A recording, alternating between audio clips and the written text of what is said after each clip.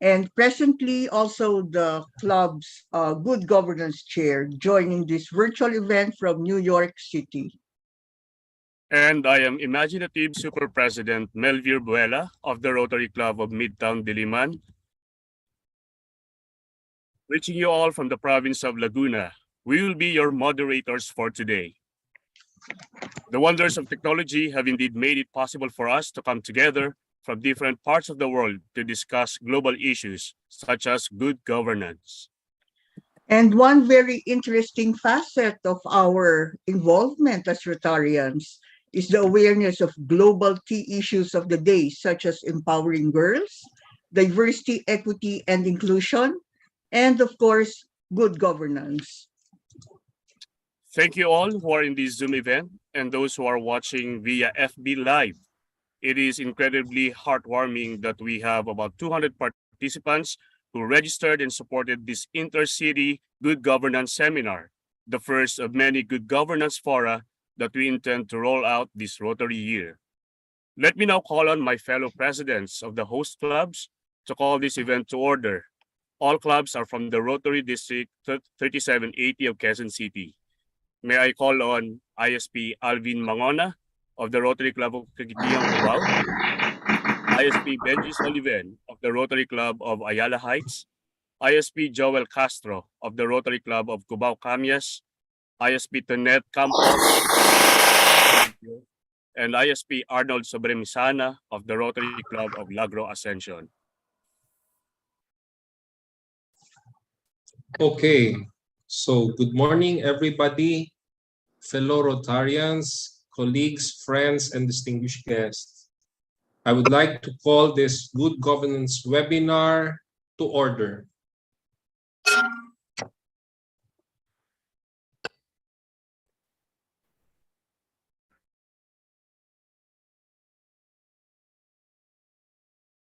Thank you, imaginative super presidents or ISPs of the 6 host clubs.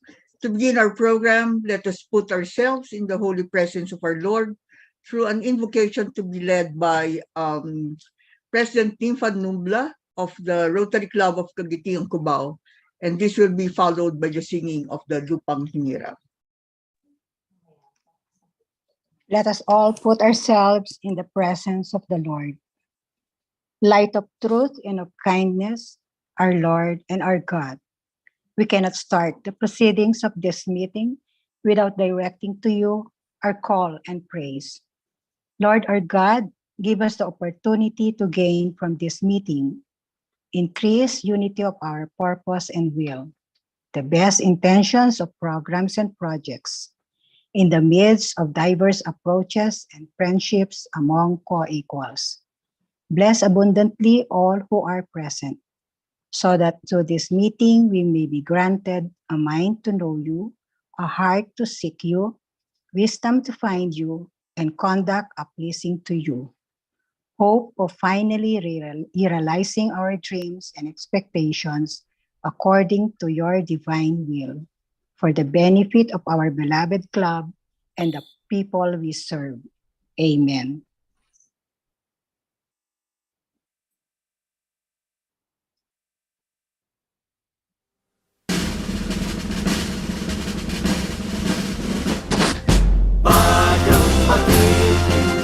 Sa silanganan, alam ng puso, sa titik mo'y buhay.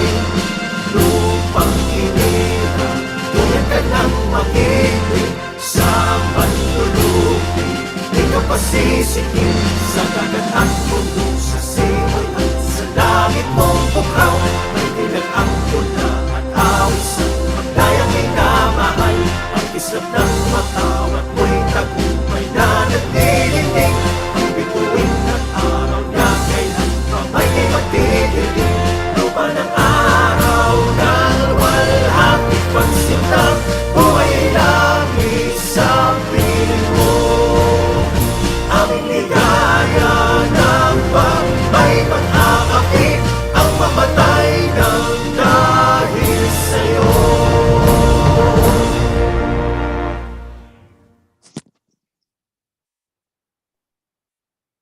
Let us all welcome ISP Benji Sullivan of our Rotary Club of Ayala Heights to recite the Rotary four-way test. This will be followed by the singing of the Rotary hymn. Good morning, everyone. The four-way test of the things we think, say, or do. Ladies and gentlemen, please repeat after me. First, is it the truth? Yes. Is it the truth? Second, is it fair to all concerned? Is it? Is it fair? All Concerned. concerned. Third, will it build goodwill and better friendships? Yes. Will it Build goodwill and better better friendships? friendships. Fourth, will it be beneficial to all concerned? Will it Will it be be beneficial to all concerned? concerned? Okay? Yes. Yes. Yes. Yes. Yes. Thank you. Thank you, ISP Benji.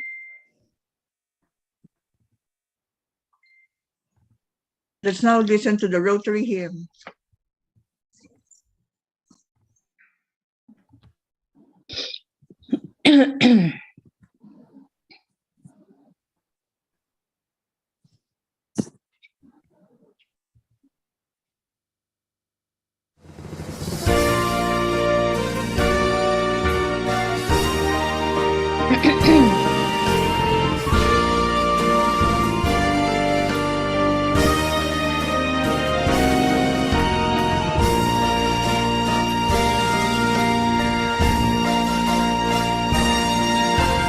I want to be a Rotarian for the world.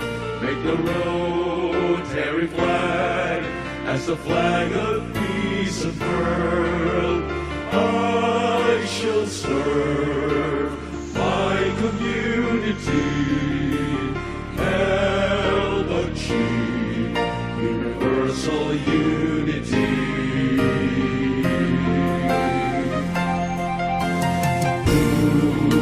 Rotary, I shall dedicate my all. This world understanding shall be my cherished goal. With a four-way test, I'll pursue my quest. If in my little way help attain peace in the world, I shall not have lived in vain.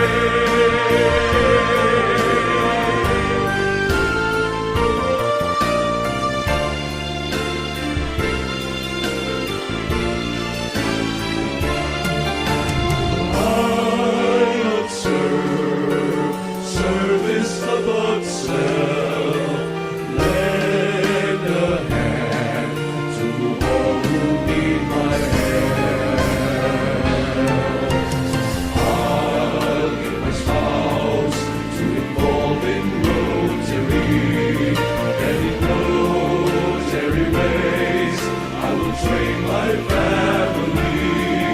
With a four-way test, we'll pursue our quest, giving our little way help attain peace in the world. We shall not have lived in vain.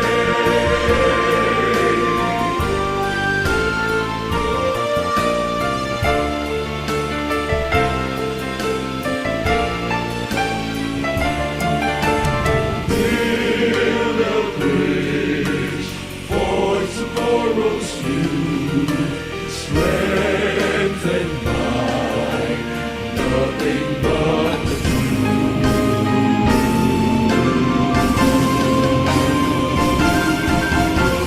Let's join our hands, there's no reason we'll divide.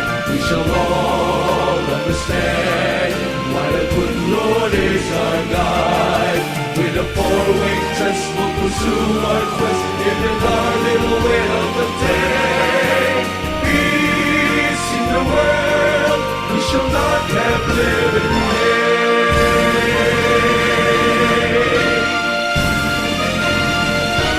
Peace be achieved, we shall not have lived.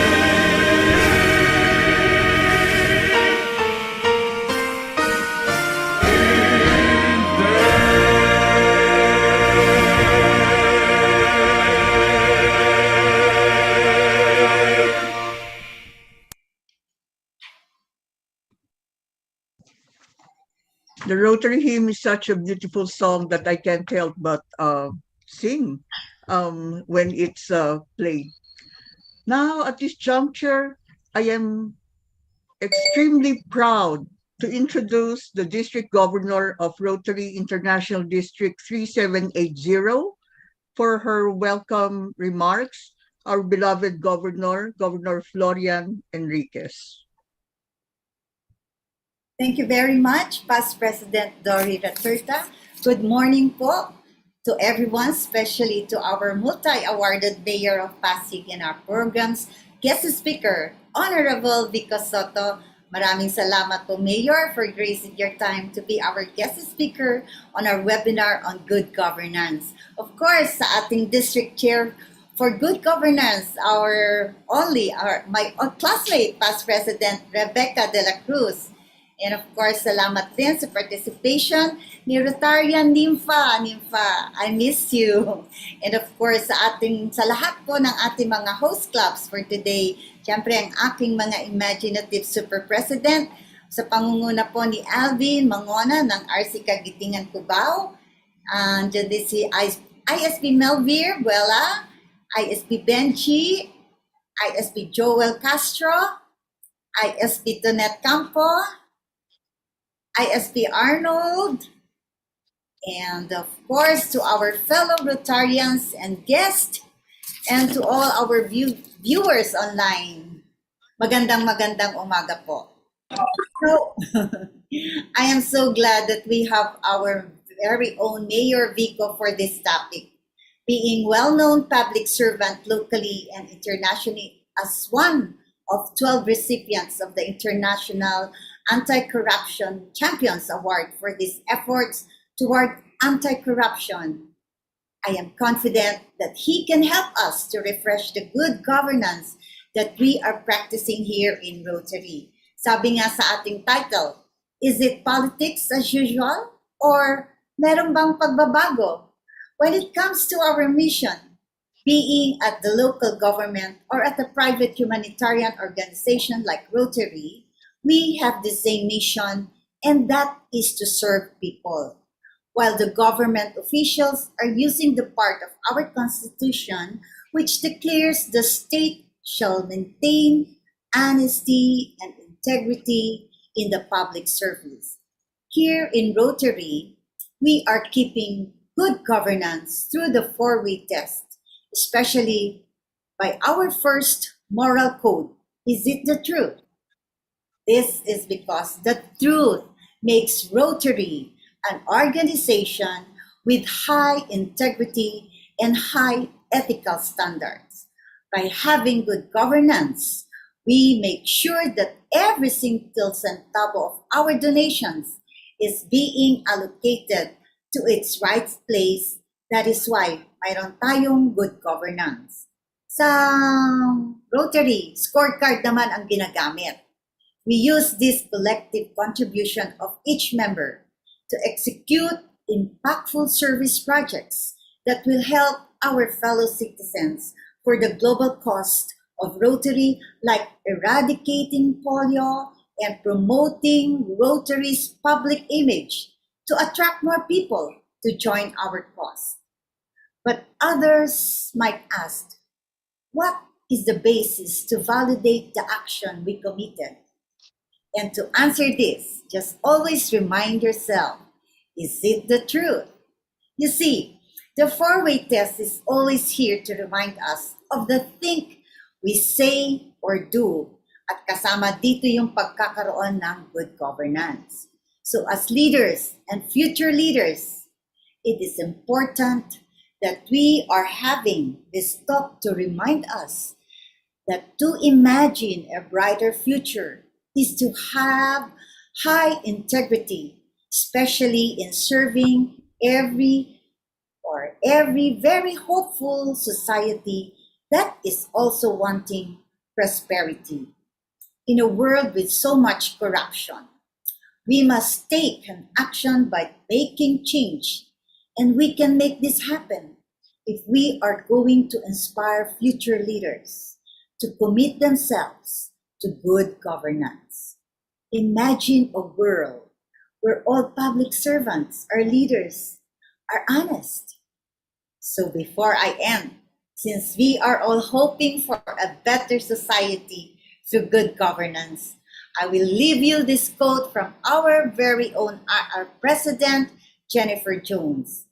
In order to live in the kind of society you want, you have to help build it. Muli, magandang umaga po at mabuhay po kayong lahat. Thank you.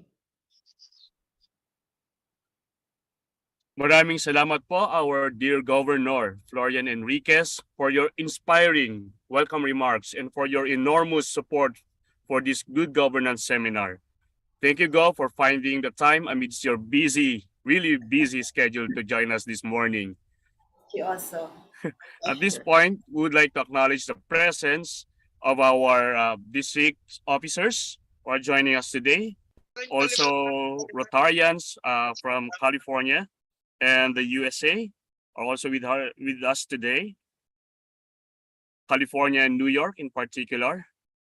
We have our district chair for good governance, past President Becca de la Cruz, and also to our past presidents of the different clubs of District 3780 and other districts joining us this morning.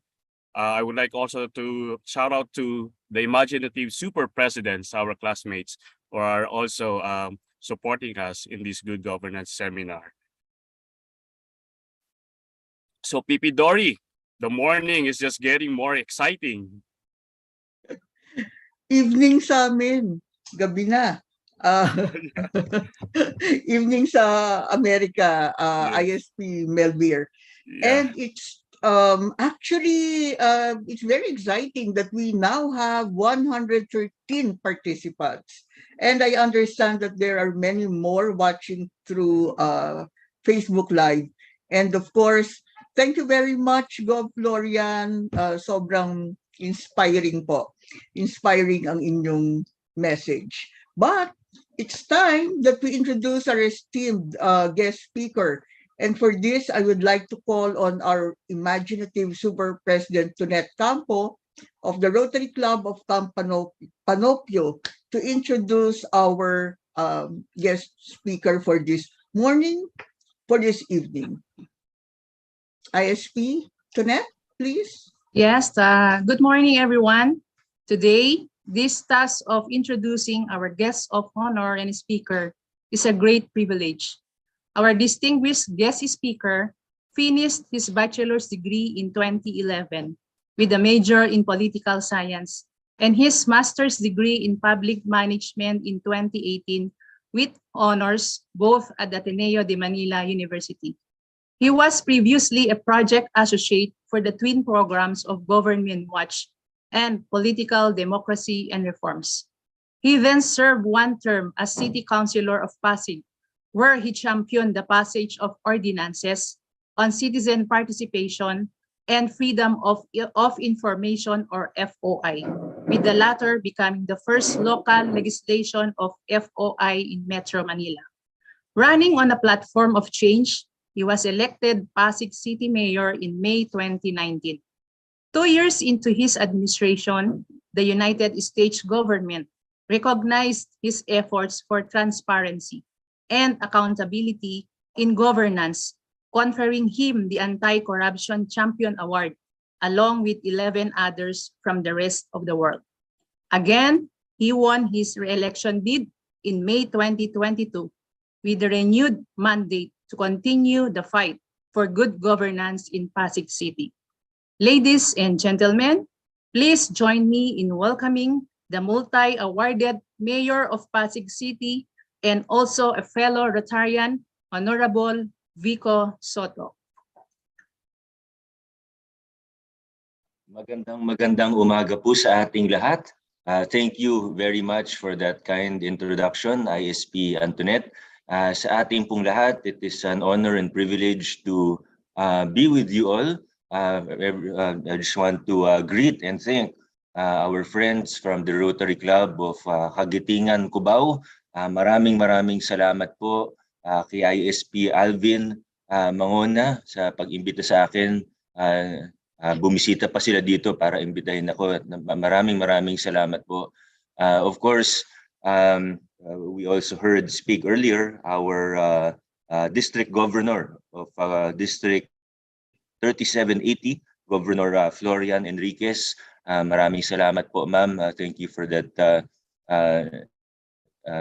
inspiring message as well. Actually, today is a pretty busy day in the city of Pasig.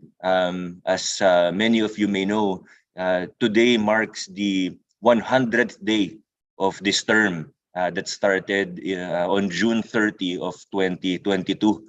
This is my second term, but for all public officials, elected officials in the country, it is our 100th day today. So, syempre, pag 100 days, may konting mga events, naka-uniform na ako ng aking Pasig shirt.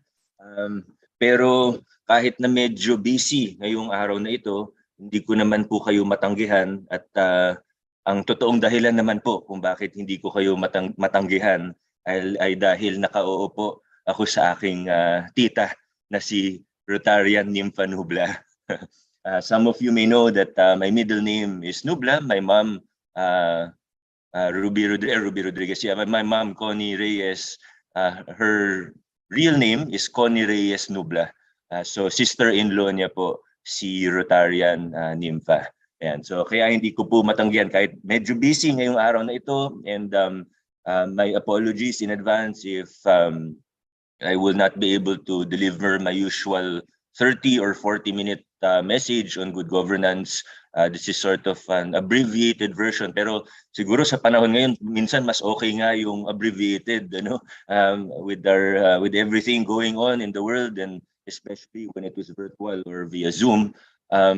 Maganda na rin siguro na via Zoom, at least kasama po natin yung mga kaibigan natin even from who are outside of the Philippines and who wouldn't have been able to attend the meeting otherwise if we were face-to-face or walang available na Zoom. So kasama po natin, that to my understanding, mula New York hanggang New York, Cubao, ay magkakasama po tayo. And of course, kami po nandito sa Pasig City. Nandito po ako sa office ko sa City Hall before we head out to other events as well. Again, thank you so much for this invitation. This is the topic that I was asked to speak on, is a topic that is very close to my heart, and it's something that we are personally we aspire to get to. It's something that we have to fight for every day. It's something that we advocate for. It's a continuous and a difficult process to get to what we call good governance. Pero siguro bago ang lahat, dapat nasa same page tayo. Well, I'm sure all of us, most Filipinos, most people around the world, nagkakaintindihan naman tayo kahit paano pag sinabi natin yung salitang good governance. But what specifically do we mean? Are we able to recognize it when we see it? Probably. But are we able to define it? Ano ba talaga? Paano ba tayo makarating dito? And as a political science major, marami tayong nakikitang definition ng good governance. Pero gawin na lang po natin simple. Rather than strictly defining it, ano ba yung pillars of good governance?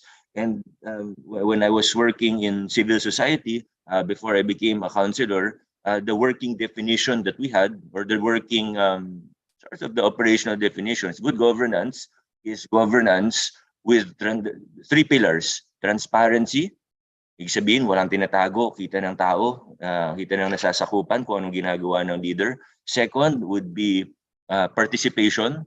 We empower the people, they're able to participate in governance. There's an engagement between the government and civil society. And lastly, accountability. Sa wikang Filipino, pananagutan. Minsan, bilang mga Pilipino, pag narinig natin yung salitang pananagutan, parang negative ka agad. Parang lagot ka, parang ganun. Kuya, andyan na sila, dumating ng iba. Okay, may commercial po tayo. But pag narinig natin yung pananagutan, parang yung lalaki nakabuntis, kailangan panagutan mo yan. Parang ganun yung dating sa atin eh. There's a negative connotation, or parang ayaw natin na may pananagutan. But in order for us to achieve good governance, in order for us to keep progressing, and for that progress in our country, in our society, to be truly, to be real and inclusive, ibig sabihin lahat ay kasama, then it is an accepted principle worldwide that we need good governance. But so, yeah, malinaw. Ito yung gusto natin. I don't think you would meet anyone from our national officials to our barangay officials to our private sector leaders. Wala naman magsasabi na ayoko ng good governance. I don't think you would meet anyone who would be audacious enough to say that. Wala magsasabi nun. If you ask any random Filipino, gusto mo ba ng good governance? Yes, gusto ko ng good governance. Dapat ba tayo magkaroon ng good governance? Yes, dapat tayo magkaroon ng good governance. But we look around, and yes, there are spots of good governance in the Philippines. Hindi naman tayo masyadong pessimistic. Maraming magandang nangyayari sa gobyerno natin mula barangay hanggang nasyonal. Pero para mag-improve tayo, kailangan din natin aminin kung saan tayo nahihirapan, ano ba yung mga problema natin, ano ba yung mali sa lipunan at sa gobyerno natin. And we're talking about public, and not just the public sector, but also the private sector. We're talking about society as a whole. We're talking about our culture as Filipinos. Ano ba yung mga problema? Siguro lahat naman tayo dito mag-agree na talamak o laganap ang korupsyon sa ating lipunan. Again, public and private sector. If we want to improve, again, we have to admit it. If we look at let's say the corruptions perception index, you look at Transparency International. I was looking a few days ago at the website transparency.org. Out of 180 countries, sa corruption perceptions index, nasa 117 tayo. So of course, number 1 is the least corrupt, 180 is the most corrupt, nasa 117 tayo. So I hope that none of us are happy about that. I'm sure none of us are happy about that. But I also hope that we don't just accept it as status quo. At sa aking experience, I know there are many, even in this room, this virtual room, that may be more experienced than me. A lot of you perhaps have more experience even in government. But in my maybe 8-10 years in government, what I realized was that ang pinakamalaking kalaban natin sa gobyerno, sa ating lipunan, especially when it comes to fighting corruption, ang pinakamalaking hadlang natin sa atin ay yung medyo complacent tayo. Parang tinatanggap natin. Meron tayong may elemento na parang ganyan naman talaga. Wala na tayong magagawa. And if we have that mindset, if we have that attitude, siguro wala na talagang mangyayari. And that goes for any aspect of our lives.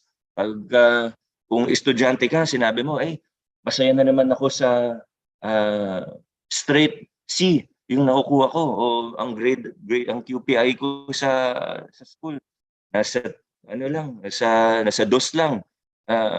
Hindi na tataas yun kasi masaya ka na, kontento na tayo. But if we want to improve, then we have to say, hindi okay to. We can do better as a society. We can do better as a country. And really, when we look at it, but from big to small, we need to be able to talk about it. Alam ko minsan pag nagsasalita ako, pag may kakwentuhan ako, this is a very, sa totoo lang, this is a very uncomfortable topic for all of us. Bilang mga Pilipino kasama sa kultura natin, hindi tayo confrontational eh. And that's not necessarily wrong. Hindi ko sinasabing mali tayo lahat or hindi maganda yung there are good points to that also yung sa kultura natin. But when we talk about something like corruption, cleaning up governance, transparency in our government, parang ayaw natin siyang pag-usapan eh. Ang problema lang, pag ayaw natin pag-usapan, hindi rin natin siya maaayos. And this is true for big things, but it's also true for little things. Big things, ano ba yung big things? Ito yung mga nakikita natin sa balita. Pag on natin ng TV, may billion peso scandal na naman. May kickback na ilang bilyong piso na naman o ilang milyon piso naman. Dito, sa LGU pa lang namin, talaga, ang dami mo nang makikita. Teka, ba't ganyan? from the big things, but it also goes down to the little things. Wala naman malaki kung walang maliit. Walang milyong piso kung walang isang piso. Walang bilyon kung hindi nagsimula sa 100, 200, 1,000 hanggang lumaki na lumaki. And that's true. Just like kung meron dito mahilig mag-gym, hindi ka naman makakapag-deadlift ng 500 pounds kung hindi mo na simulan muna sa 50 or 100. It starts with the little things, and as it becomes normal, as it becomes institutionalized, as it becomes accepted, ayun na, it becomes a part of our culture. And really, that's the reality. Whether good or bad, things become a part of our culture and it becomes institutionalized. Whether it's honesty or dishonesty, whether it's integrity or stealing in government, it becomes normal. It becomes a part of our culture. So we talk about the big things. A lot of the time, pag nakita natin sa balita, galit na galit tayo. Bakit si Senator ganyan? Bakit si, we don't need to mention names, but bakit si ganyang chairman? Bakit si gantong direktor? Grabe, ang kakapal talaga ng mukha. Nagnakaw ng, tumanggap ng 10 milyong piso. O si gantong, kakilala ko, itong businessman na to, naglagay ng 50 million dito. Pag ganun narinig natin, galit na galit tayo. But sabi nga, di ba, before you take out the log in someone's eye, let's take out the speck in our own eye first. So there has to be, ano ang ibig sabihin ito para sa atin? As Filipinos, we should accept and we should discuss and we should talk about, hindi lang malalaki, hindi, lahat tayo, including myself, we are all guilty and we're all part of it. And di naman puro hopeless, but if we want to make things better, nasa sa atin din po yun. Hindi tayo powerless din. So that goes hand in hand. So we talked about the big things. Ano ba yung nakikita natin? Pag nakita natin, galit na galit tayo. Pero saan ba nagsimula yan? Hindi naman yan nagsimula sa bilyong piso agad na nawala. It starts with the little things. Our favorite example, pag na-flag down tayo ng isang traffic enforcer, ito, pasensyahan na po kung may matatamaan. Pag na-flag down tayo ng traffic enforcer, anong una nating may isip? Ito, aminin natin, pare-pareho tayong guilty dito. Walang magaling o walang righteous sa atin dito. Pare-pareho tayong guilty dito. Anong una nating may isip pag na-flag down tayo ng traffic enforcer? Ako, honestly, pag may nakita ako, na-flag down ako, una ko naiisip, naku, baka kutungan lang ako nito. Una natin naiisip, totoo. Anong pangalawa nating naiisip? Bigyan ko na lang kaya ito. Siguro, bigyan ko ng pangmerienda ito, hindi na ako maabala, hindi na makukumpis kay license ko. Mas maliit na siguro yun kaysa sa fine. Kung MMDA, hindi na ako pupunta sa Metrobank para magbayad ng ticket. Let's admit, all of us have had those thoughts. Some of us may be guilty, some of us may have never done it before, pero at one point or another, pumasok yan sa utak natin. Pero para sa mga kaibigan natin na nasa Amerika ngayon, pag na-flag down kayo ng traffic enforcer or ng police, may highway patrol, nasa interstate kayo, nag-speeding kayo, fin-flag down kayo. Ang tanong ko, naisip nyo rin ba yun? Di ba hindi? Kung naisip nyo man, hindi nyo na-consider na actual na gagawin nyo. Kasi alam nyo, pag maglagay kayo sa traffic, sa policeman dyan sa states, papakulong kayo. Alam natin lahat yun. We would never ever dare to give a bribe na maglagay.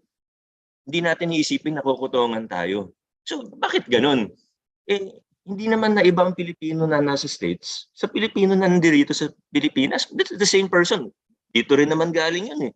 Bakit pag uwi niya dito, OFW, pag uwi dito, na-flag down ng HPG, na-flag down ng police, ng TPMO namin sa Pasig, bakit naiisip natin yun? Nasa ibang bansa tayo, hindi.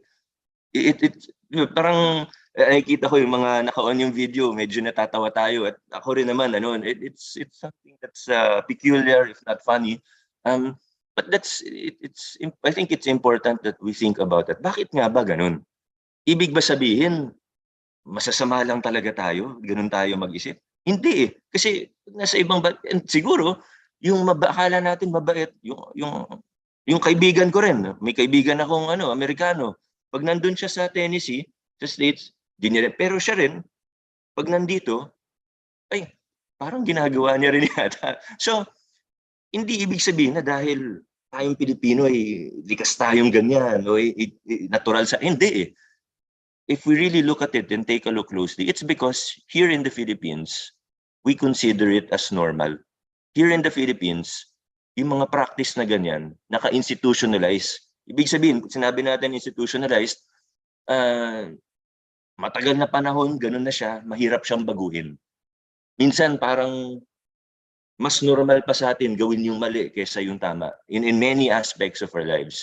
And with this realization na it's not because we're a bad people, but it's just somewhere along the way, maybe several decades ago, or we can trace it back to the Spanish times, hundreds of years, na naging normal yung padrino system sa gobyerno hanggang sa private sector. Kailangan may padrino, kailangan ganyan. Patronage politics, paglalagay hanggang sa pagkuha ng permit, pagkuha ng fixer, lahat.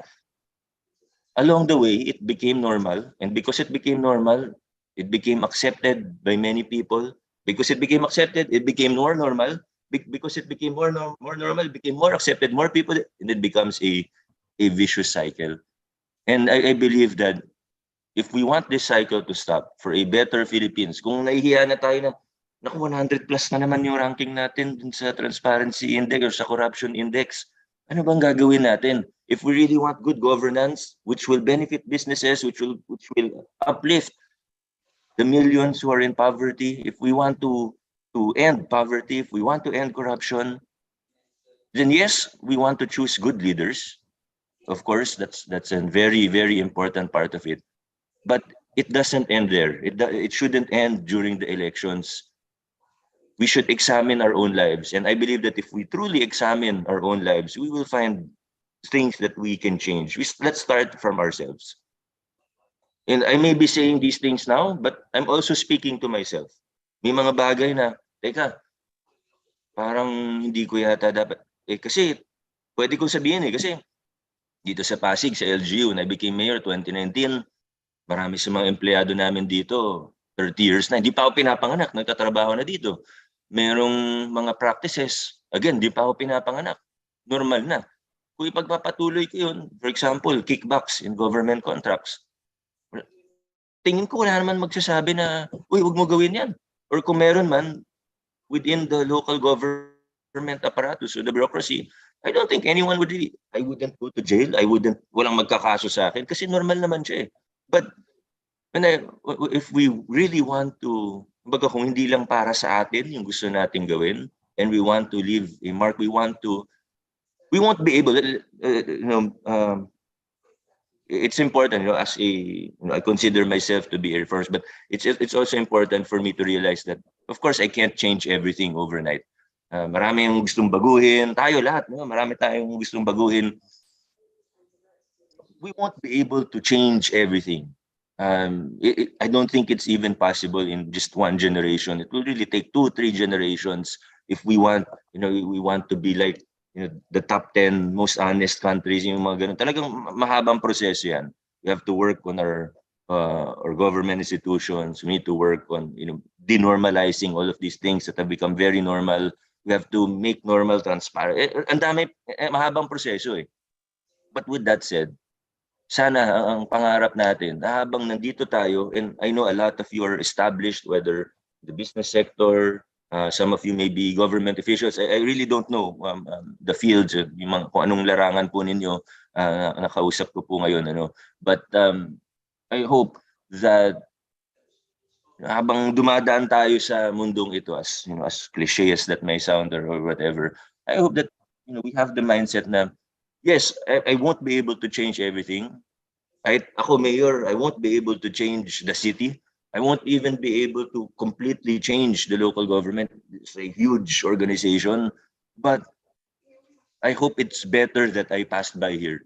I hope that because I was here for 3 years, because I was here for 6 years, or however long I may be here, that when I'm done, it was a little bit better. And whether you're a professor in a school, a police officer, whether you're a non-government, you're working in a non-government organization, I hope that we will be able to say na may mga practice na tinalikuran natin.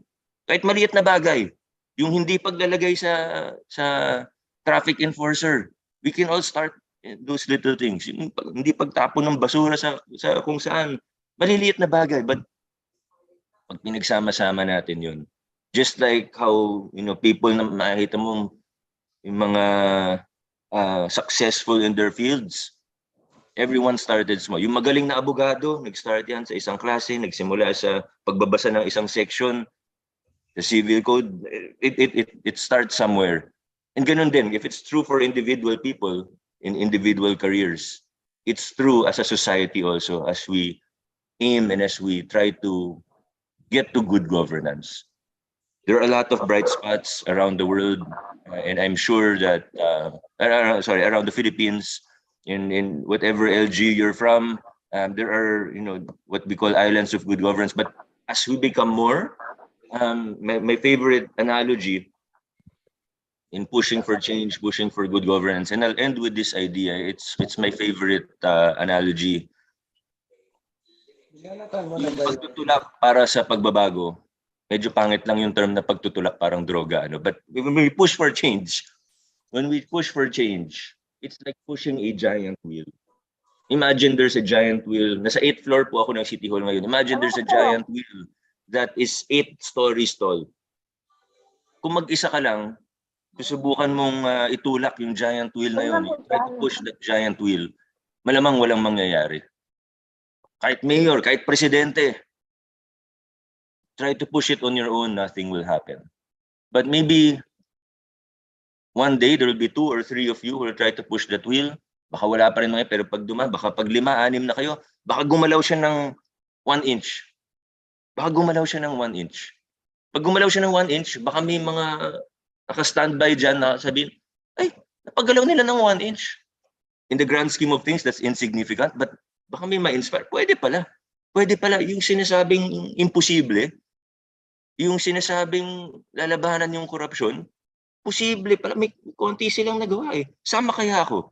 Tapos eventually, baka may sumamang engineer, may sasamang scientist, sasabihin, ay, pwede tayo maglagay ng pulley dito, pwede tayo maglagay ng lever dito, pwede ito, may strategy tayo. Naging mas strategic na ng konti, dumami yung tumutulong, baka gagalaw na ng konti. Maybe it will move 1 foot, maybe it will move 2 feet, a meter or 2. Unti-unti, gagalaw na yung giant wheel na yun. Hindi pa rin ganun ka-significant, napakabagal pa rin ng paggulong niya, pero unti-unti, gumagalaw na siya. And then when more people see, ay, gumagalaw na nga. Totoo, gumagalaw, medyo mabagal, pero sige, sali na tayo. Pwede pala. People will start pulling from the front, pushing from the back. More people, may mga dadami yung mga engineer na tutulong, gagalaw na siya, mas mabilis, bibilis ng bibilis.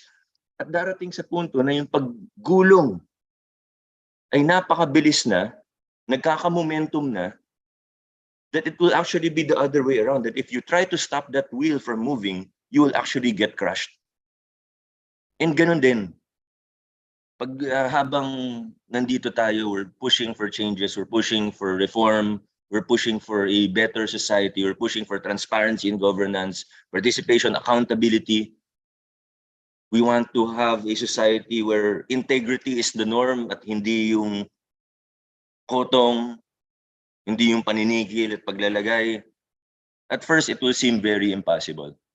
And a lot of us may be disillusioned at this point. Nakita ko na lahat eh. Nakita ko as an accountant, nakita ko na lahat ng ganyan. As a government official, nakita ko na lahat ganyan naman. As a, as a non-government worker, sinubukan na namin lahat, ganun pa rin. But I hope we look at that analogy of a giant wheel and say that kahit maliit pa lang yung pagbabagong nakikita natin ngayon, we have to continue. We may be able to just move it 1 inch during our lifetimes, but there will be people who will be inspired by what we do. There will be people who will eventually join and say, ito yung gawin natin. And once that wheel starts to move, and once it has more and more momentum, eventually it will reach a point that it has so much momentum that it will not be able to be stopped. Hindi niya na mapipigilan kasi gumagalaw na yung giant wheel na yan.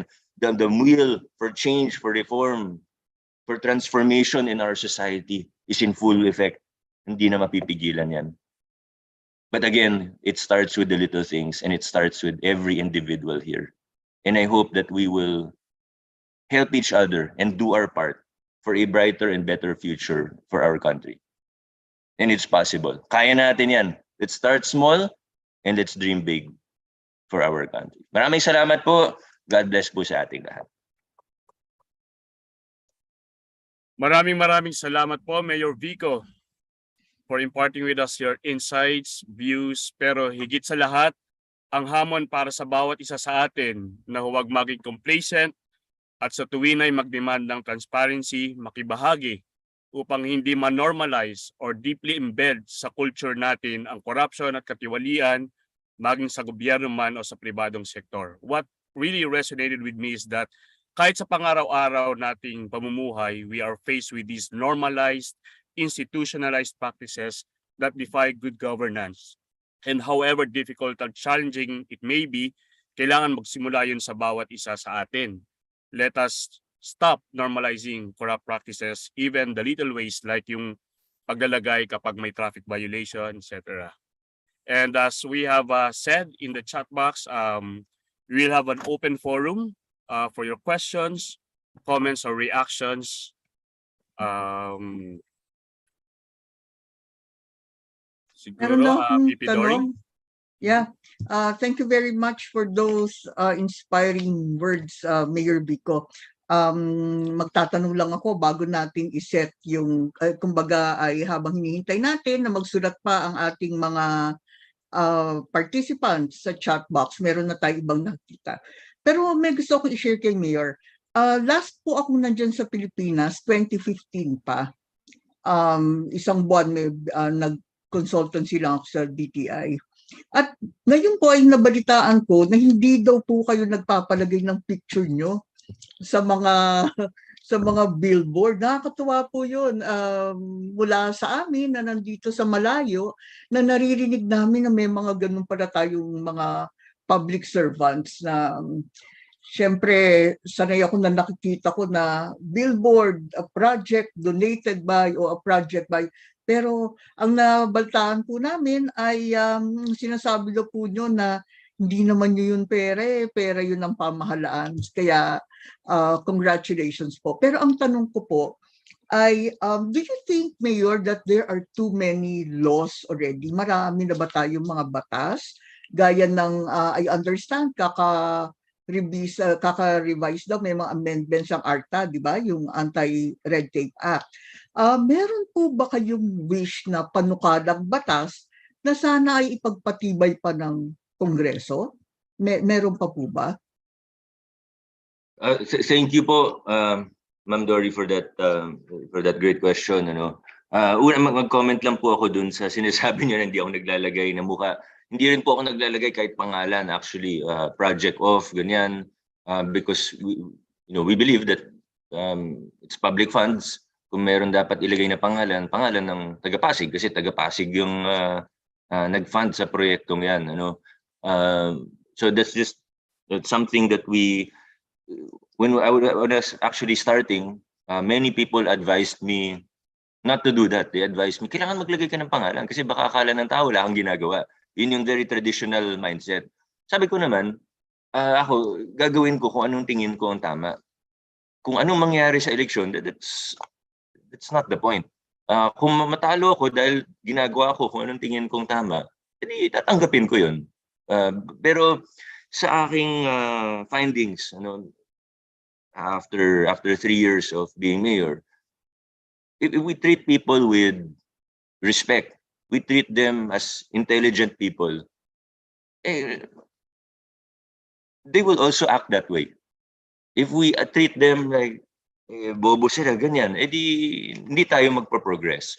And what we found here in Pasig is that kahit di ako maglagay ng pangalan, basta nagtatrabaho ako, alam nila yun. Kailangan ko lang i-report, of course. But again, this is something that is just one example, I think, of how we can challenge the norm. Hindi porket dati nang ginagawa at lahat ay ginagawa yun, ay kailangan ganun din ang gawin natin. But it also comes with a level of risk, of course. Kasi mga nauna sa akin, sabi, dapat ganun ang gawin ko. So at that time when I decided, okay, this is the direction that we're going, hindi naman ako sigurado na gagana po yun. hindi naman ako sigurado na ma-appreciate ng tao yun. Hindi ako sigurado. I believed, yes, but I wasn't sure. So, and pushing for change, and I know this goes for whether you're in a business, trying to question old practices, especially for the bigger corporations here. May mga practices na talagang dati pa ginagawa nauna sa, so that's on us, and that leads me to the question itself of Ma'am Dory. Question: are there too many laws? Hindi ko alam. In some fields, yes, there are too many laws already. Sa totoo, walang bagong batas. 1-2 years, gagana pa rin naman ang gobyerno.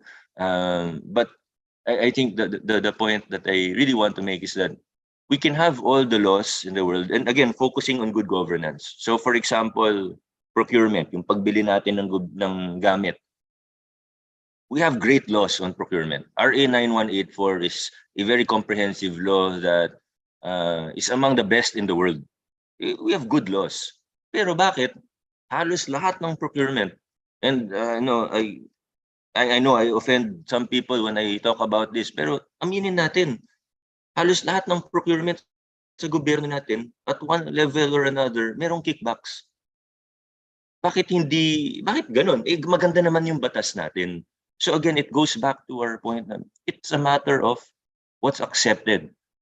When I was a counselor, I went to the States for 6 weeks, and I stayed in Iowa for 4 weeks, and I went around their local governments.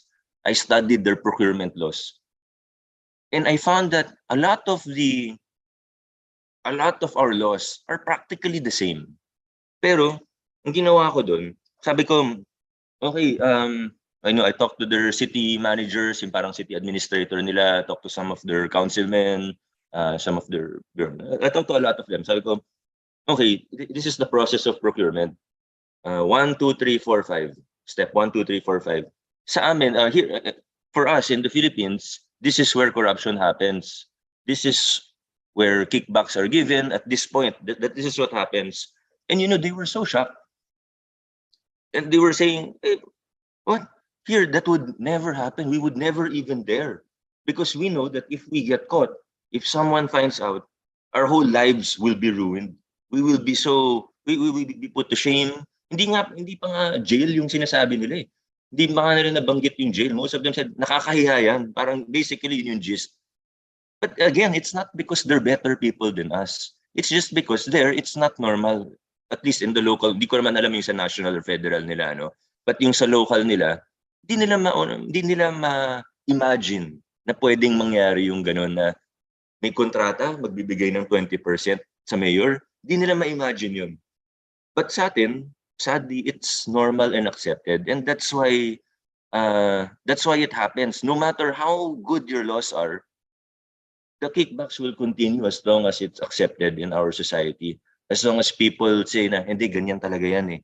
So, to answer your question more directly, di ko alam if there are too many laws, but definitely no matter what laws we have in the topic of good governance, they won't work. We need to make sure that we change our culture. Dahan-dahan lang, kakayanin natin. Thank you very much po. We'll start reading ang mga nakalagay sa ating chat box. Ang dami po rito na nagsasabing Mayor, tribe flourish daw. Mayor, we need leaders of your caliber. Salamat po. Merong isang tanong dito na ito po ay mula kay past President Bobby Lagitao. I understand she's also here in the US. Sabi niya, we appreciate your good governance practices in Pasig City. May we know your top 3 compelling advocacies? Baka sunod dito, on your second term. So Okay. ano daw po yung 3 na top compelling advocacies niyo po? All right. Number 1 would still really be our cleanup drive, as we call it here in government. A lot of practices that have been going on for 20, 30 years. it's hard to say definitively, but I would say that in our first term, we were able to clean up 95% of corruption that happens in local government. Kasi yung malalaki, talagang wipe out, tinanggal namin. But other than that, healthcare, of course, moving towards universal healthcare, our goal that is hopefully possible is to be one of the first to fully implement universal healthcare. It's a huge program and very difficult, but we're making big steps towards that. Third would be, of course, education. Yung mga pinag-uusapan natin dito kanina, I failed to mention that one very important aspect of that, of course, is educating, especially our youth. Para yung, we believe that a youth or a generation with a high level of education is also less prone to making the same mistakes that previous generations have made. So, ayun, cleanup drive, good housekeeping, and combating corruption. Number 2, universal healthcare. Number 3, quality education for all. Thank you po, Mayor. There's also one question here from Rainier San Gabriel.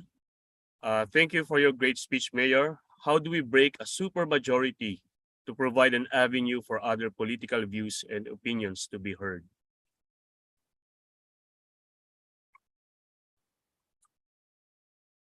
Sorry, could you please repeat that? Ito pa yung question niya. How do we break a supermajority to provide an avenue for other political views and opinions to be heard? Well, that's admittedly a very difficult question. I don't have the answers. Ang sa akin lang, wherever we are, whatever resources we have, whatever position we are in, to make changes and to do what we believe is right, let's just keep doing it. Again, just like that analogy of a giant wheel, sometimes we push, sometimes we try, and it feels like nothing is happening. But if we believe we're doing the right thing, we have no choice but to continue and to stand for our principles and to do what we believe is right. And let's just hope and pray and remain confident that eventually, if we just keep doing what we believe is right, that eventually that wheel will move.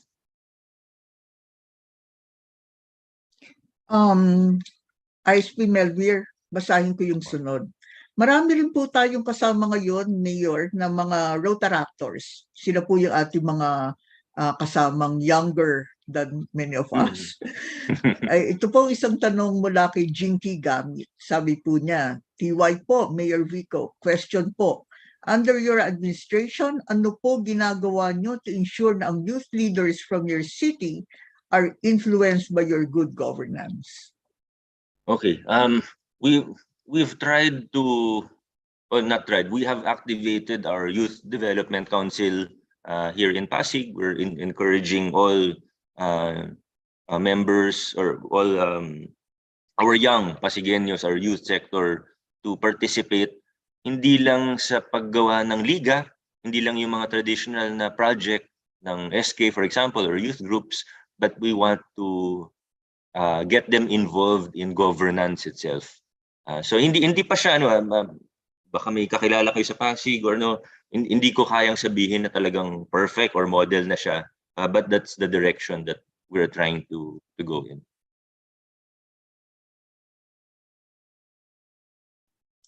ISP Melvir, may Okay basahin po. pa ako ha. Ito Okay. naman po ay mula kay past President Luz Atendido. Sabi po niya, do you agree that political dynasty is a major contributing factor to corruption? If so, what could be the possible solution to totally demolish the dynasty, or how can we mitigate its prevalence if we cannot totally eliminate it from the Philippine political landscape? Yes, definitely. We have seen concrete studies, and you can easily Google, the empirical evidence that the presence of political dynasties has a negative correlation with growth and development. That's clear in the literature. With that said, anong gagawin natin? For instance, me, I do have relatives who are also in government. None here in Pasig, none in my immediate family. Pero meron pa rin, relatives ko pa rin yun. The question is, what do we do?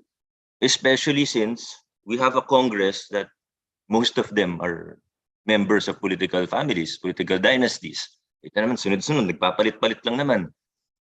Una, bakit ba talaga masama ito? Other than the empirical evidence na may negative correlation nga sa growth and development, ano bang masama sa political dynasty? It's because when you control the resources of the government, ang hirap mo ng labanan. So, kung may masama kang ginagawa, may corruption kang ginagawa, tapos ang mayor, tatay ng vice mayor, yung konsehal, puro kamag-anak din nila, wala na talagang mangyayari, hindi na talaga siya gagalaw.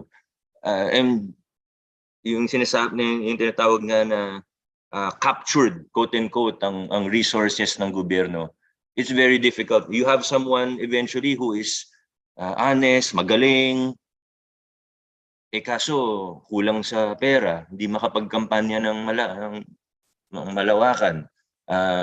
Wala siya yung name recall. Sa sistema natin, hindi talaga mananalo. That's the sad reality. So anong pwede natin gawin? Again, it's another case of I don't really know, I don't have the answer. Kung may sagot ako, di sana wala nang political dynasty, but wala naman talaga akong sagot. But my philosophy is, when it comes elections, let's try to choose leaders who are not members of political dynasty. So kung merong ibang choice, piliin natin yung iba. Basta may kung it's very difficult to answer, kasi I can easily be misquoted. But again, my philosophy is, even when I choose who to vote, from local to national level, dahil ang daming problema ng Pilipinas, pag may nakita ako na honest leader, magaling, kahit member pa yan, honestly, kahit member pa yan ng political dynasty, buboto ko pa rin siya. Kasi we're in a shortage of honest, competent leaders. Yan naman ang totoo. But if there are two candidates at medyo similar naman yung level nila of integrity, there are two candidates similar yung level nila of competence, yung isa member ng political family, yung isa hindi member ng political family, I hope that we choose every single time yung hindi member ng political family. Yun man lang magawa natin. But with that said, kailangan natin ng batas na anti-political dynasty law. We need to clearly define everything. Sadly, we don't see that happening in the near future. So dun muna tayo sa choosing members of non-political families for now. Okay po. Mayor, ito po, galing naman po kay past President Boots, who is based in California, from Rotary Club of Maharlika, Modesto. Sabi po niya, Mayor, do you receive a lot of death threats because of your stand on good governance? If yes, how do you deal with them? I don't want to say a lot, but it does happen from time to time. Pero okay lang naman yun.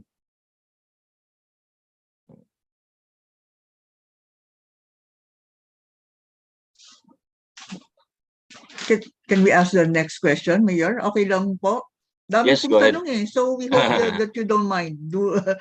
Ito naman po, galing din po ito sa Amerika kay past President Delia Barcelona, na siya po ay dating dean din ng College of Mass Communication sa UP. Sabi niya, great messages, Mayor, truly grounded. With leaders like you, there is hope in the Philippines. My question is, do you believe in speaking truth to power? How would you deal with bad practices of those above you? Salamat daw po at more power to you. Thank you, Dean, for the question. Another very difficult question. Yes, I believe in speaking truth to power, but at the same time, I also believe in choosing your battles. I have to, as a mayor, but I think this is true for wherever we are in life or in our careers. Kailangan din natin tanggapin na hindi natin kaya halabanin lahat. Kung lahat ng makita ko, pupunahin ko, bukas wala na ako dito. But with that said, we always have to question ourselves also na ano yung, okay, sige, may nakita ko hindi ako magsasalita muna.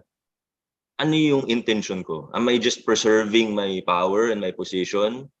Or am I being strategic? And I know it's a very thin line and it's very hard to navigate. But it's something that we always have to, for me, I talk to a lot of people about this. I try to keep myself as accountable as I can with regard to this question. It's very difficult, but again, yes, we want to push for what is right, let's do what is right, but di rin naman natin kaya baguhin lahat, Di natin kaya awayin lahat ng nakikita natin. So we have to, yung real politic, ang tawag yung mga political scientists, di ba? Hindi pwedeng puro idealism, kailangan may balance din, may real politic din tayo. So yun, you could have 100 people with 100 different opinions on this. Pag pinakita ko sa iyo lahat ng nakikita ko rin from my perspective, again, you could have 100 different people. Everyone would have a different opinion on how I should tackle it. Pero ang pinaka-importante sa lahat, na manatili tayong may integridad sa ginagawa natin. So maybe there are 10 battles that we could fight. Let's choose 1 or 2 for now. And ang importante, wala akong kinokompromiso dun sa prinsipyo ko. And as long as wala akong kinokompromiso sa prinsipyo ko mismo, dun sa sinabi kong hindi ko gagawin nung hindi pa ako mayor, dapat hindi ko pa rin siya gagawin na nandito na ako sa position na ito. I don't know if that makes sense to everyone, but that's sort of how I approach this. Ito naman po, Mayor, marami rin po tayong participants ngayon who are student leaders. And there's this one question from a Rotor actor, Attorney Cliff Young. Mayor, what advice would you give the youth so they can meaningfully participate in good governance? All right. Thank you, Attorney. I'm frequently asked this question, especially when I go to schools. Lagi nang tinatanong, anong pwede kong gawin? Paano ko pwede maghanda? And 2 very simple things. Number 1, be prepared. Hindi pwedeng tumalon ka lang sa gitna ng dagat na hindi ka munang nag-aral paano lumangoy sa mababaw muna. We have to be prepared, and I always say this, and some of you might have heard me say this before. The saddest thing I've seen in government is not the corruption per se. It's the people with good intentions who enter government, who enter their field and end up doing the wrong thing anyway, kahit tama yung intention nila. And this happens most of the time. This happens because they were not prepared. Hindi nila alam kung ano yung mangyayari, nakain sila ng sistema kaagad because they were not prepared. So number 1, be prepared, paghandaan. Start small, start with joining NGO, civil society organization. There's so many ways. Attend your barangay assembly. There are so many things we can do. But be prepared. And number 2, align yourself with people with similar values, principles, and beliefs. Dahil hindi natin to kaya mag-isa. Imposible. Talagang lalamunin tayo ng sistema kung mag-isa lang tayo. But if we have people with us who share our values, principles, and beliefs, then we will be able to go just a little bit further. So that's always what I tell young people. Be prepared and surround yourself with people with similar values, principles, and beliefs. Mayor, marami pa po mga tanong pero alam namin na you're very busy today. Ang gagawin din po namin, kokopyahin namin yung nasa chat box at ibibigay daw po namin sa inyong staff para mapag-aralan din nyo, lalo na yung mga tanong na direktang about Pasig, if you don't mind, Alright. Mayor. Pero Sige po. meron pong isang tanong at kanina pa siya nagre-raise ng kanyang kamay, ang ISP, presidente po ng Kagitingang Cubao, si Alvin Mangona. Alvin? Hi, Mayor Vico. Alvin speaking. Hello. So nakita ko talaga and I fully agree, lahat ng sinabi mo ay that's the right thing to do. Ang tanong ko naman ay personal level, no? Paano ma-ensure na hindi ka mapapagod and eventually you will fall on the trap, meaning this vicious cycle of corruption How do we help you, or what support system do you need from us? Right. And that's a very real, that's a very potent question. And to say that it is impossible to happen to me would be hubris. Kayabangan yun kung sabihin ko yun. The reality of the matter is it could happen to anyone, any one of us. And so, babalik ako dun sa advice ko sa young people. Ayun din yung advice ko sa sarili ko. Kailangan handa ako, ibig sabihin, dapat familiar ako sa nangyayari. Hindi yung basta na lang akong naging mayor, basta na lang sasabak ako sa gera na hindi ako handa, wala akong sapat na armas in terms of knowledge, experience, skills. But at this point in my career, what's more important is that I have those people around me. Yun nga, yung same principles, values, and beliefs. And that's really one of the first things that I did in 2019 was we recruited people. Some of them were my friends, some of them hindi ko naman talaga kilala personally, but I know of their track record. We're able to build a strong team here, a core team in the mayor's office who would provide a good support system. And ito yung mga tao na may integrity din. We believe in each other. And so, pag medyo napapagod, medyo may mga lumalapit na alam nyo na, diba? Mga lumalapit na mga lumang yung mga kasama dun sa dating gawe. At least, hindi ako mag-isa. And it's important also that we support, when we see leaders like this, when we see governance that we believe in, that we support it. I'm not going to be very specific, but I believe that all of us have ways, whatever industry you're from, whatever work you're in, or even as just a private citizen or private individual, we can show support in so many different ways. Thank you, Siyempre, Mayor. PP. kami po last dagdag ko lang. Kami kasi, ako hindi ko sinadya maging high profile or what, it wasn't by design, it just sort of happened. But for us who are I'm not sure what the correct term is, at the forefront or yung nasa public malaking bagay, for me who's trying to do what is right. I'm not perfect, nagkakamali rin ako along the way, but para makatindig ako ng matibay, for me to be able to continue the reforms. Ang laking bagay nung nararamdaman ko na may naniniwala dun sa ginagawa ko. Ang laking bagay talaga dun. Don't underestimate that. And that's true not only for me, but for the other people that you may believe in as well. Ayan, salamat po, Mayor. Siguro, since ang dami pong mga tanong, tsaka mga comments, ganyan, pero medyo may limit din tayo sa oras. Siguro we will read 3 more questions, but before that, I'd like to call on an ISP, Doc Joel Castro. I think he has also a question. Yes, thank you very much, ISP Mavir. Dear Honor, it's very striking that you mentioned that we should challenge the norm. And I think yun ang pinakamaganda niyo pong nasabi, because most of us a lot of your constituents are afraid of repercussion pag sobrang na sila na institutionalized, di ba? So how do you change their mindset into challenging the norm to prevent yung corruption and everything without the fear of repercussion from the authorities po? Oo. Tama yan, and that's really one of the biggest challenges. How do we convince people, especially those who have been here for quite some time, to join the cause, so to speak, or to believe in the changes, and to not just believe, kasi maraming naniniwala pero takot, just like what you were saying, ISP. Hindi, okay na to. Delikado yung trabaho ko, baka maapektuhan pa okay na, may pinapaaral ako, may anak ako, may di ba? Buhay ako. So it's difficult, but number one would really be to lead by example.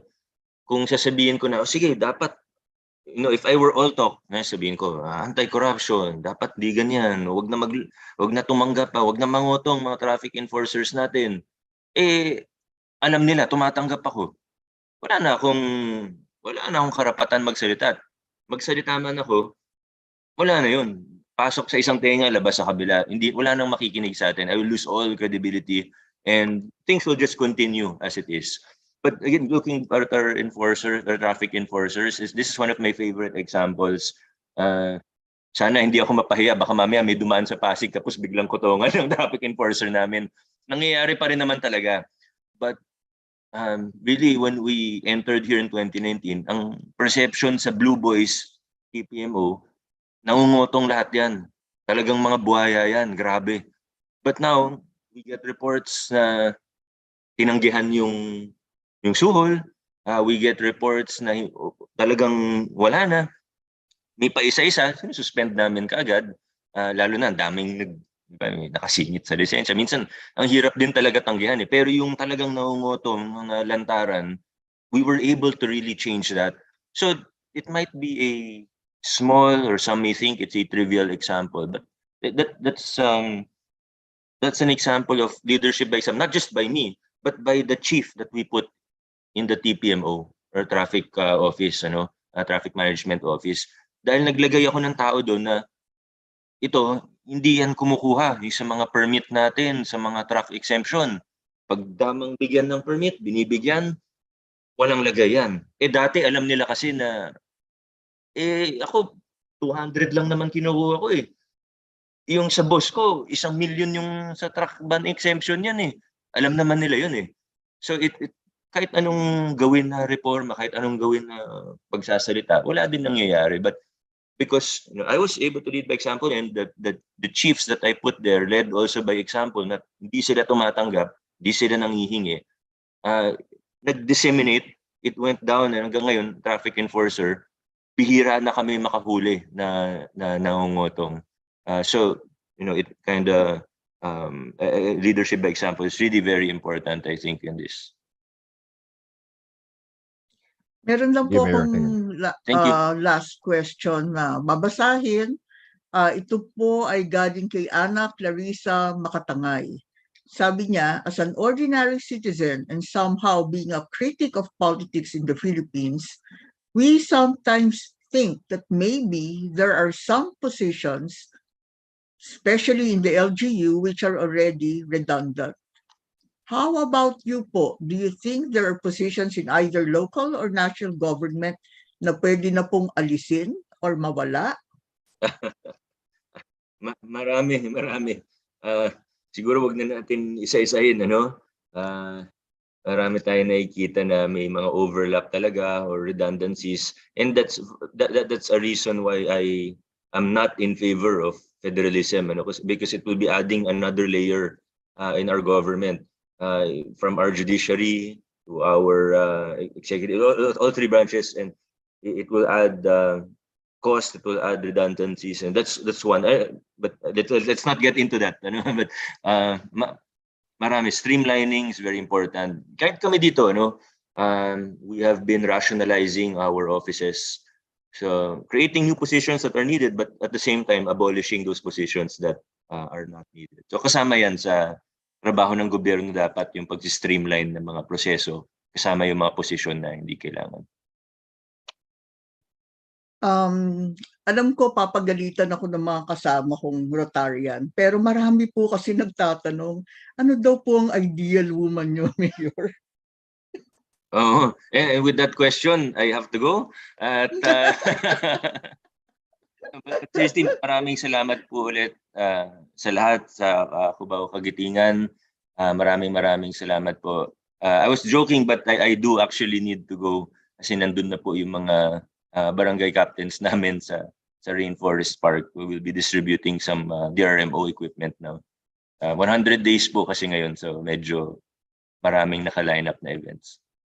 Pwede po bang maibigay po muna namin sa inyo virtually yung certificate po ng ating nagaling po sa mga co-host? Tawagin ko po si Tony Antoinette para sa certificate po. At thank you very much po.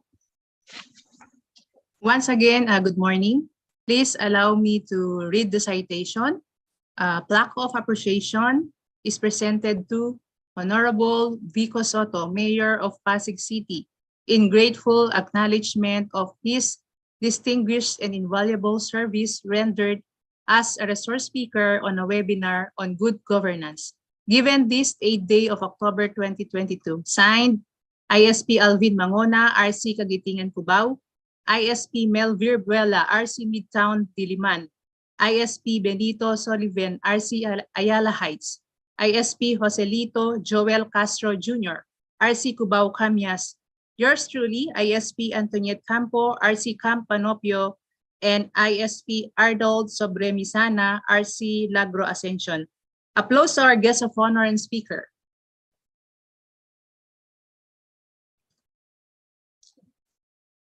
Thank you very much po, Mayor. Thank you At very sana much. Maraming maulit- salamat po, Mayor.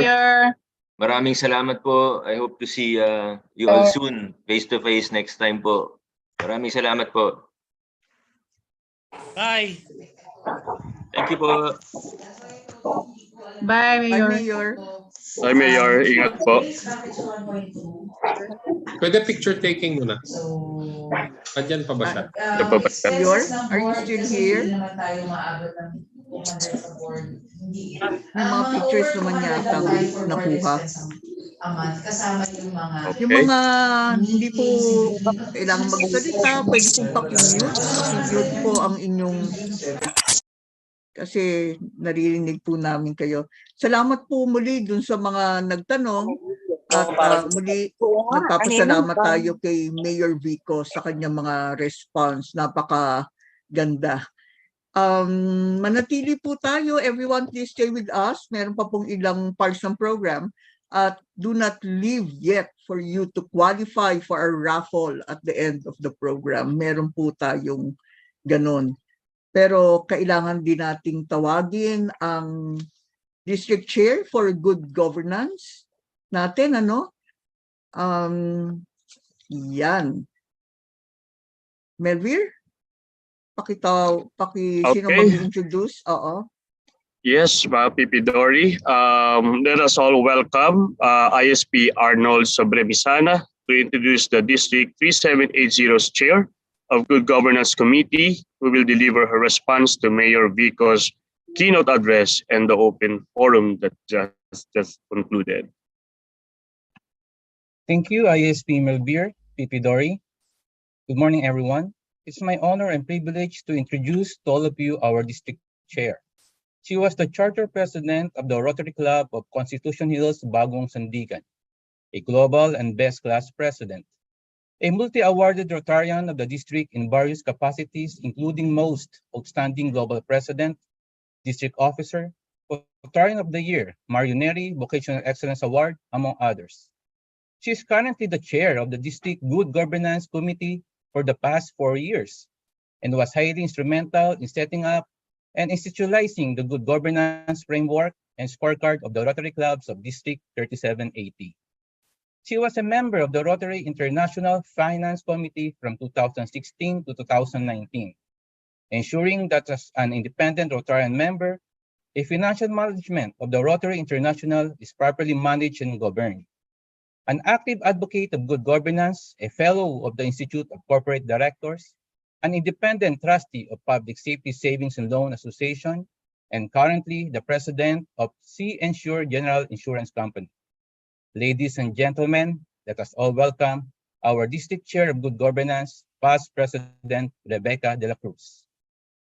Thank you. Thank you very much, ISP Arnold.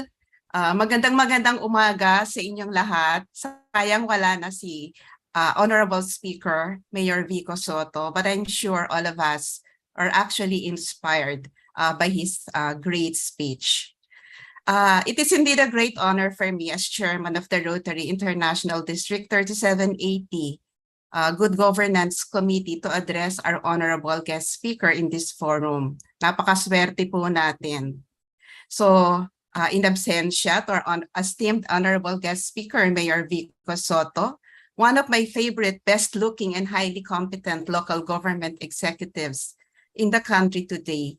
Congratulations is definitely in order. Palakpakan naman po natin virtually. Indeed, we are overwhelmingly inspired with this talk and impressed with the achievements he has made in the area of good governance in Pasig. Personally, I am an advocate of good governance, and it would always feel good to see someone in the same line of passion. And moreover, seeing the results of such advocacy inspiring other LGUs to do the same. Truly admirable. Indeed, we have been seeing a new breed of local government executives who are committed and has the passion to adopting innovative, creative, and best management and anti-corruption practices to improve the lives of their constituents beyond the traditional politics, as they say. On the outset, it gives us glimpse of hopes, or rather, glimpse of high hopes that Ambition 2040, crafted for our Filipino people by NEDA in 2015, can be achieved. Ambition 2040 represents the long-term collective vision and aspirations of us Filipinos for ourselves and for our country. The Philippines by 2040. We Filipinos are deeply rooted or matatag. We Filipinos are comfortable, maginhawa, and we Filipinos are secure or panatag ang buhay. As the PDP states, the dream is that by 2040, the country will be a prosperous middle-class society where no one is poor. People live long and healthy lives and are smart and innovative. The Philippines is a high-trust society where families thrive in vibrant, culturally diverse, and resilient communities. If this is our aspiration as a people, then realizing this dream means that this is something that it is not just meant for the government leaders, but also for the public and all sectors of the society. That is all of us, to fully understand and cooperate, as this is our future, the future of our young generations.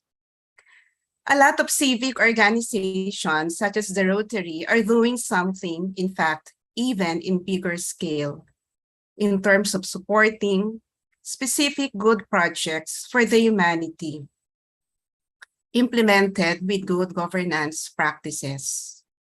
But it would be good for the Rotary districts in the Philippines, starting with RID 3780, to participate in a more holistic, sustainable dream project for existing and future generations through stronger and more systematic collaboration with local government units and national government agencies and other private organizations that can support this long-term vision and project. This is where the long-term value of good governance in every aspect can be put to a test into every branch of the government and even the private sector. But good governance, sabi nga ni Mayor Vico, has to start from one's personal governance, which we must teach to our children, a set of values and standards that should be deeply inculcated within the family and within the basic learning system of the society, which are the schools. There is an ongoing ambitious initiative right now by the Dream Philippines, spearheaded by the Institute for Local Solidarity, together with the Institute of Corporate Directors, to harmonize Ambition 2040 with Dream Philippines, of which the major players include local government units and various sectors of the society. This is very strategic and highly motivated, and would definitely require scorecards to measure the levels of implementation success. Still a long way to go.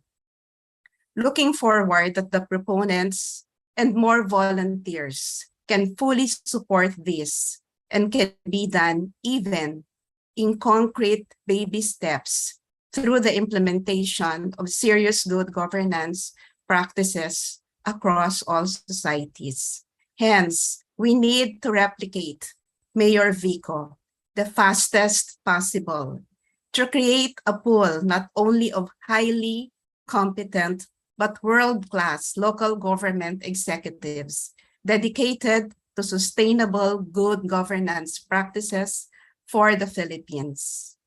As Rotarians, again, sabi ni Mayor Vico, we can do better as a society. Our challenge is to continue to practice our four-way test in every way we can.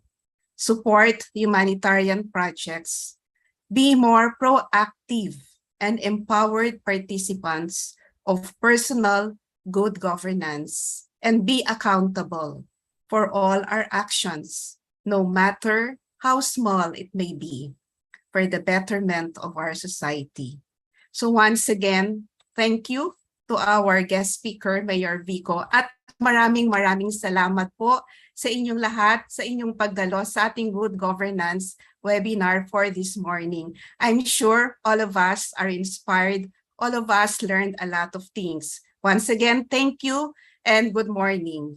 Let personal governance be a part of our personal mission.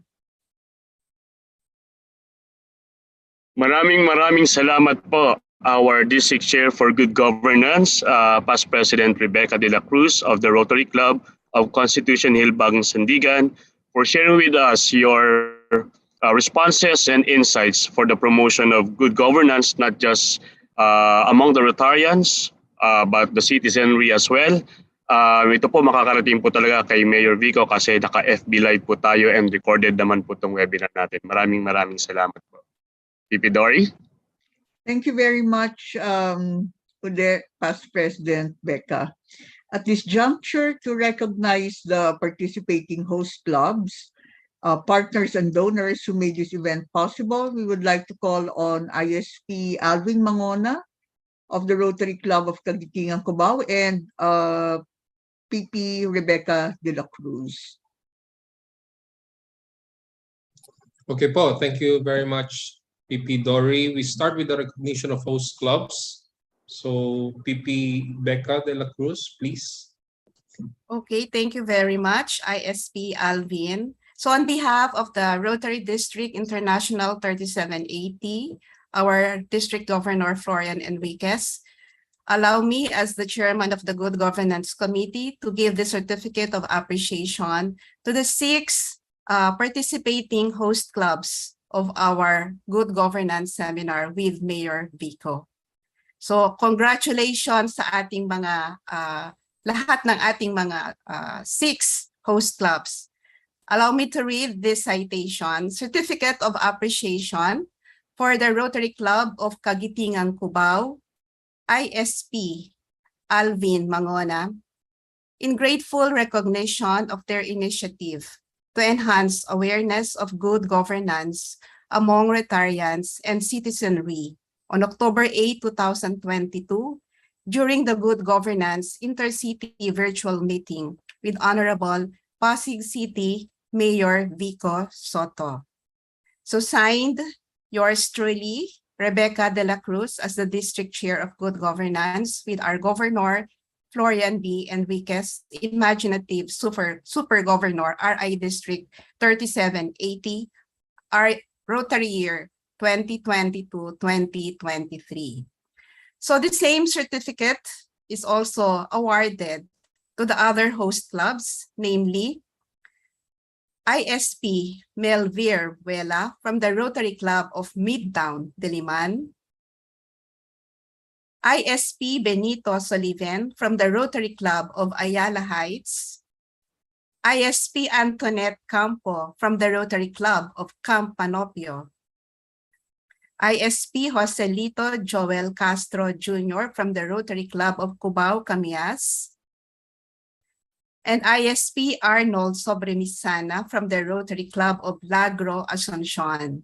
So congratulations. I'm actually very happy At we have this initiative. My classmate, Global President Dory, thank you for inviting me and making me a part of this good governance seminar, something that's very, very close to my heart.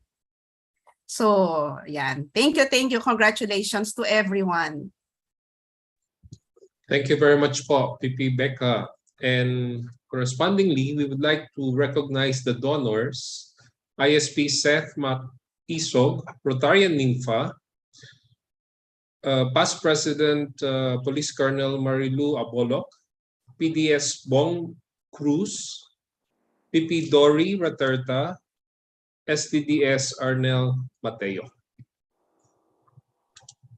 Please also include me as one of the donors. Ay, okay po. I will also donate for the raffle prize. PP Becca. Ay, thank you po, PP Becca. Welcome. Yes, thank you very much. Again, thank you, PP Becca and ISP Alvin. At this point, we have come to the end of the program, but leave not. Wag po muna kayo aalis as we still have raffle prizes to be given away. So hold on to your seats and stay tuned to this webinar. To deliver the closing remarks, let us all welcome ISP Joel Castro of the Rotary Club of Cupao Camias. Yes, thank you, ISP Melvir. Primarily, we would like to express our deepest appreciation to the Honorable Mayor Vico Sotto, who is also a fellow Rotarian, for being our guest speaker. The good mayor not only established a benchmark for good governance, but also challenged us to challenge the norm and stressed the importance of transparency and accountability that should be practiced in the public sector. The host clubs would like to extend their gratitude to our Governor Floren Enriquez, together with the past district governors, district officers of 3780, and for the participants who attended the webinar symposium and helped to make it into such a successful event. I move this webinar symposium on good governance adjourned. Thank you, ISP Joel. Pero bago yung actual adjournment by all 6 of you, let me also recognize, andito rin, thank you very much, immediate past district Governor Ed Ayento.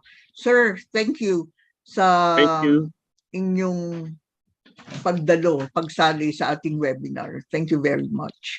So let me now call on the imaginative super presidents of those clubs to adjourn this webinar. 6 po sila to be led by ISP Joel. Okay, saan yung ibang 4 pa? Paki-spotlight po.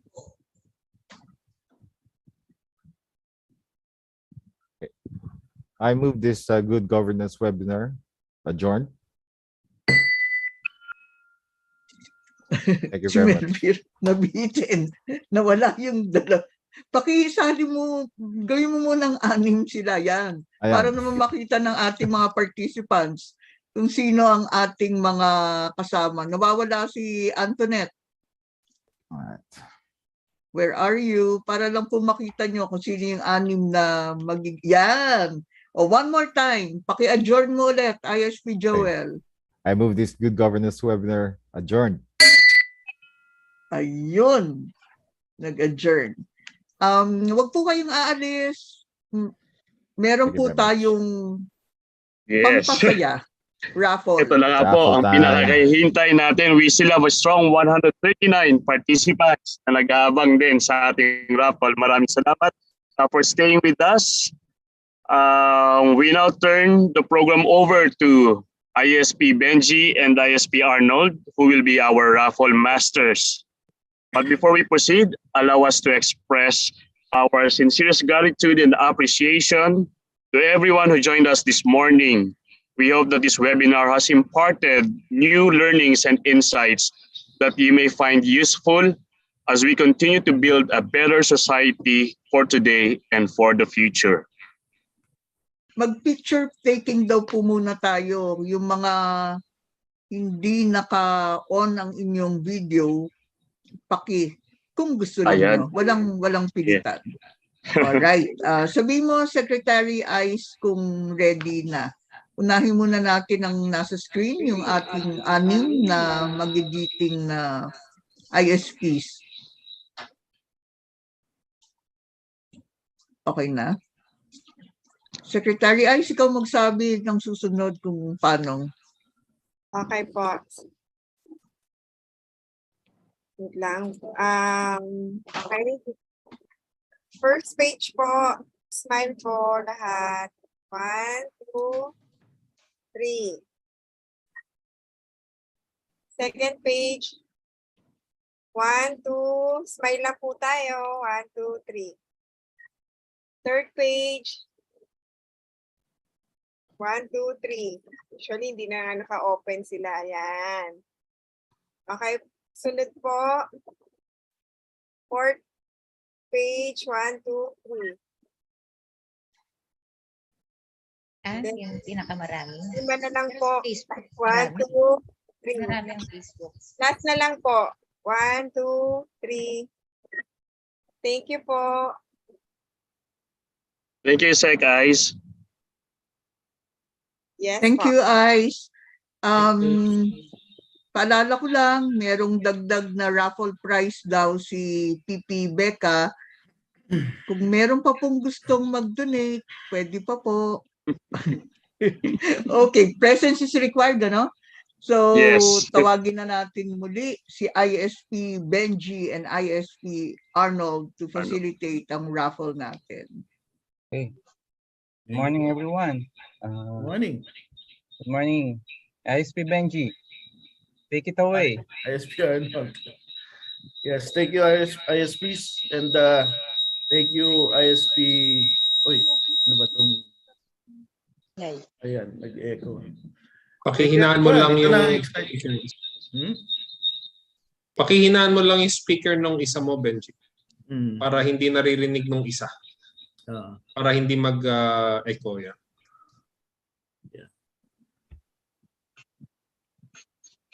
Okay na ba yan? Okay ba yan? Natin. Okay. Is it better? Better now? Better? Yes, yes. Yes, Benji. Okay, Okay, na. thank you. Okay. Good morning everyone. Ang ating fellowship portion at maraming mananalo ng raffle today. So, huwag tayo malis. And thank you ISP Melvir sa sinabi mong pinakahihintay na portion. Pero I think second place lang tayo kay Mayor Vico Sotto.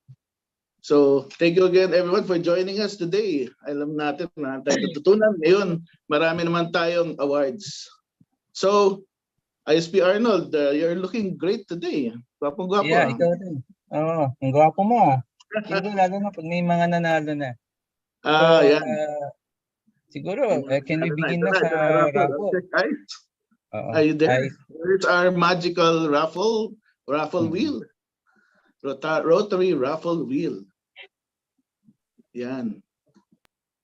Maganda yung may music. Music natin, nasa na? Yan. Marami tayong mga prizes today, mga Gcash, tapos meron pa tayong takoyaki. Mahilig ba kayo sa takoyaki? Masarap yung takoyaki ni ISP. So, yung mechanics natin na ISP Benji, so meron tayong parapol na 300 pesos, no?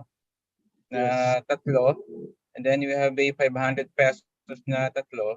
Then meron tayong mga pledges na 500 from Rotarian Nimpa. Then PDS Bong, 500.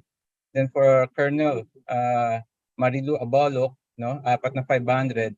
And then from the host club, no, yung 1,000 na dalawa.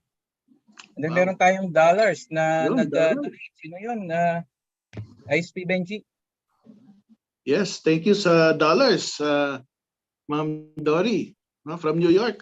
Thank you po. And from STDS, Arnold Mateo. Yes. Mga big time natin.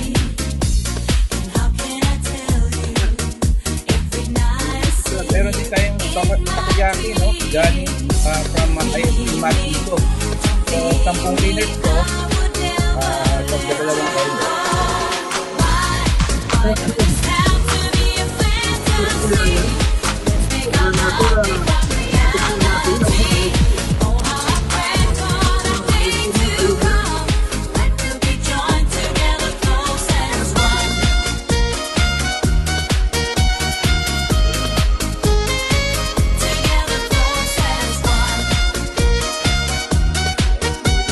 to ni classmate. O, yan na. Okay, Magsi-start SP muna tayo. Benji. Yes. Include natin yung mga sa ibang bansa, especially sa Amerika, no? Kapag nanalo sila pero huwag natin sila isama sa 300 pesos, no? Siguro isama natin sila from 500 pesos above. Yes. Siyempre, pag-ipon mo nila yung 300 pesos. So, doon sila sa 500 pesos pataas. Ayan. Okay. Hinaan lang yung music. Hindi ko kayo masyadong naririnig. Hindi marinig yung ano. Sec Ice. Thank you, Sec Ice, for helping us. Okay, again, ulitin ko. Yung from overseas natin, from other country, isasama natin sila for the raffle. But yung 500 above lang ang kanilang makukuha. Especially yung $50, no? Dalawang $50. The 300 pesos siguro, wag na natin sila isama. ISP Benji. And of course, the takoyaki hindi po pwede. Okay. Oo. Anyway, mas marami naman tayo dito sa Pilipinas. So, don't worry, marami tayong mananalo dito. Lalo na yung GCash. Makakatulong yan sa panahon ngayon. So, thank you again sa donors natin. At thank you sa mga organizers. Yan. Okay. Ano lang, mag-interrupt lang ako, sorry Yung $50, pasensya na, para lamang yun sa, yung dalawang $50 para sa District 3780, pambigay, ilalagay namin sa kanilang TRF. Hindi po nila mahahawakan. Pasensya na, papasok po sa Rotary Foundation. Oh, syempre. Importante ang ating Sa Rotary Foundation, under their name. Yes. Thank you for that Kung sino yung winner. clarification. Yeah. Yes. Okay, let's start. Para hindi na natin sila patagalin at maghintay ng matagal, no? Let's start for the 300 pesos. 300. Tapos mamaya, packet ng packet. Okay, Sec Ice, nasa na ba ang ating rotary wheel na iikutin natin? Ayan, GCash 300 pesos for 3. Ayun na. Umikot-ikot na. Oh, congratulations. Wala ba tayong sound ng palakpakan dyan?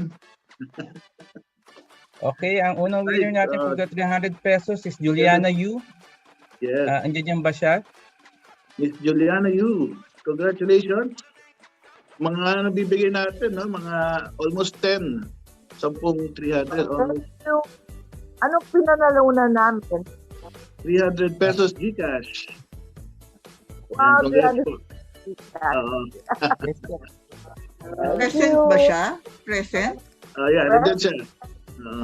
Paki-chat na lang po yung inyong account, GCash account number. Paki-chat na lang. Okay. Wala po akong GCash, yung ko na lang. Yes po. GCash may pamangkin. Okay. Thank you. Thank you. You're welcome. Sige po, paki-chat po ng number. Ayan. Another 300 pesos. Migs Gaetano. Congratulations. Meron ba tayong sound na palakpakan dyan? Attending sa seminar. Andiyan ba si Migs Gaetano? Cellphone kong isa. Hello po. Ayan. Thank you very much po. Congratulations, Migs. Paki-chat na lang. Thank you po, thank you. You're welcome.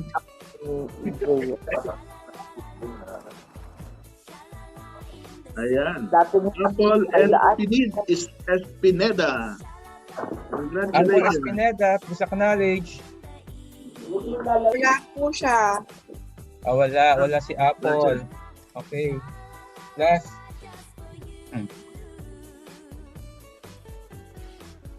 Jocelyn Mapas.